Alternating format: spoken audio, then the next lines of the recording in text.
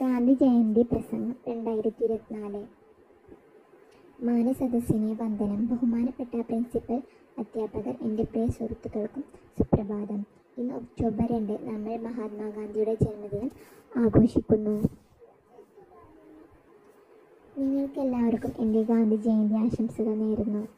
നമ്മുടെ മഹാത്മാഗാന്ധി ഇന്ത്യയുടെ മഹാനായ സ്വാതന്ത്ര്യസമര സേനാനിയായിരുന്നു. ഗാന്ധിജി 1869 ഒക്ടോബർ 2 ഗുജറാത്തിലെ പോർബന്ദറിൽ ജനിച്ചു. ലളിതമായ ജീവിതത്തിലും ഉയർന്ന ചിന്തയിലും അദ്ദേഹം വിശ്വസിച്ചു. സത്യവും അഹിംസയുമായിരുന്നു അദ്ദേഹത്തിൻ്റെ പ്രധാന തത്വങ്ങൾ.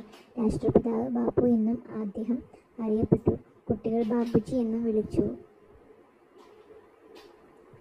അഹിംസയെ ആയുധമാക്കി അവരുടെ അവകാശങ്ങൾക്കും സ്വാതന്ത്ര്യത്തിനും വേണ്ടി പോരാടാൻ ദശലക്ഷക്കണക്കിന് ഇന്ത്യക്കാരെയും ലോകമെമ്പാടുമുള്ള ആളുകളെയും അദ്ദേഹം പ്രചോദിപ്പിച്ചു. നിരവധി സമരങ്ങളിൽ അദ്ദേഹം ഏർപ്പെട്ടു.